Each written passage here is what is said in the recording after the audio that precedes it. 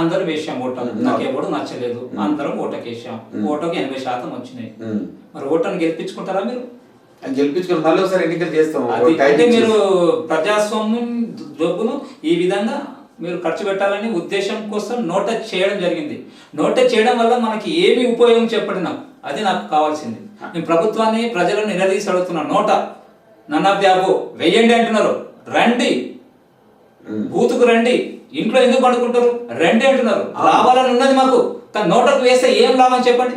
ఈ మధ్యలో వచ్చి మరి అప్పుడు వచ్చినప్పుడు మీరు నోటకు మరి ఒక వ్యక్తిని నోట గనక గెలిస్తే ఆ నోటకు మీరు గెలిపించుకోండి, ఆ నోటకు ఆ టికెట్ దక్కాలి, దక్కినప్పుడే ఆ నోటకు విలువ ఉంటది.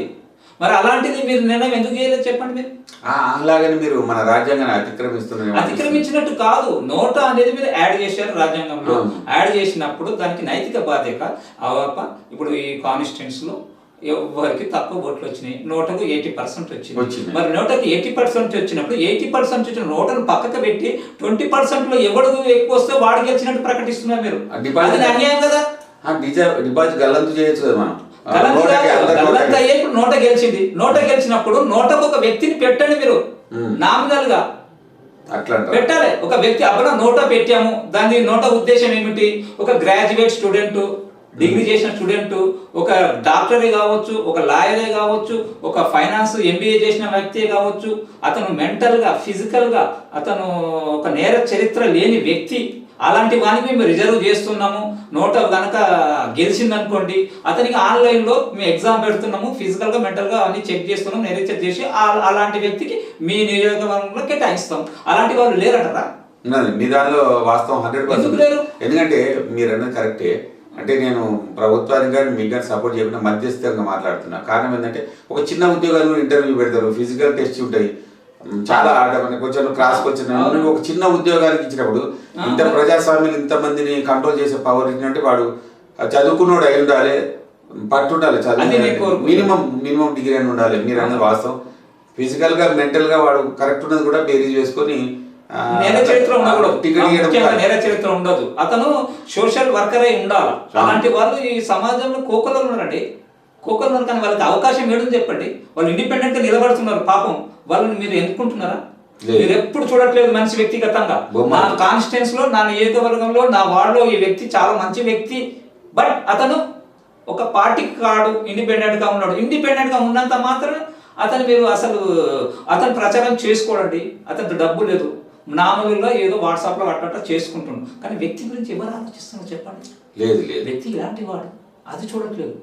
ఇప్పుడు మనకు భారతదేశంలో ఎలక్షన్స్ జరుగుతున్నది. ప్రతి బ్యాలెట్ పేపర్లో నోట అనేది ఉంటది. నోటకు వెయ్యండి, కానీ బూతుకు రండి, ఇంట్లో కూర్చోవద్దు, ఓటు హక్కు వినియోగించండి. మన పర్సంటేజ్ పెరుగుతుంది, మన ప్రజాస్వామ్యంతో రక్షించిన వాళ్ళైతాము. ఈ ప్రశ్నిస్తున్నా, నాకు నోటకు విలువ చెప్పండి. ఈ ప్రభుత్వాన్ని ప్రశ్నిస్తున్నా. నోటకు విలువ ఇచ్చినప్పుడే ప్రతి ఒక్కడు పరిగెత్తుకుంటూ ఓటేస్తాడు. ఎందుకు? నాకు ఎవడు నచ్చట్లేదు, నోటకేస్తే రేపు రాబోయేటోడు గ్రాడ్యుయేట్ స్టూడెంట్, ఏ నేర చరిత్ర లేనో ఎన్నుకుంటున్నాం అనేది అనుకుంటున్నాడు. అలా అనుకుంటే ప్రతి ఒక్కడు నోటకేస్తాడు. నోటకు రావడం వల్ల అసలు ఈ పాత తరం అంతా పోతుంది. కొత్త తరము చదువుకున్న వాళ్ళు, తెలివిపరులు, ఫిట్నెస్ ఉన్నవాళ్ళు, నేర చరిత్ర లేనివాడు ఒక్కడు కూడా నేర చరిత్ర లేనివాడు ఉంటాడు. ఈ నేర చరిత్ర మొత్తం పోతుంది. అప్పుడు మన ప్రజాస్వామ్యంలో మన భారతదేశం విశ్వగురువు అవుతుంది. మీ ఆవేదన నాకు బాగా అర్థమైంది.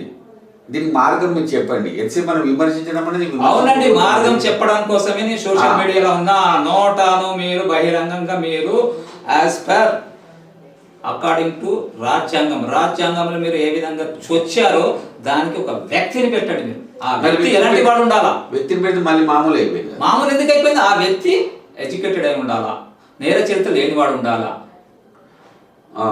ఇవన్నీ మీరు కొన్ని పెట్టండి, కామన్ పాయింట్స్ పెట్టండి. ఇలాంటి వాడిని మేము ఎన్నుకుంటాం ఆన్లైన్ ద్వారా. ఎలక్షన్స్ పెట్టాము ఆన్లైన్ ద్వారా. మేము ఏదైతే ఉద్యోగం మీద ఏ విధంగా ఇస్తున్నామో దాని ద్వారా తీసుకుంటాము. మీ నియోజకవర్గంలో ఒక 1000 మంది ఉండొచ్చు, 1000 మందిని పిలుస్తాము. అలా 100 మంది సెలెక్ట్ అవుతుంది. 100 మందిలో ఒక 10 మంది మంచిగా ఉంటారు, 10 మందిలో ఒక అనుమతి తీసుకుంటాం.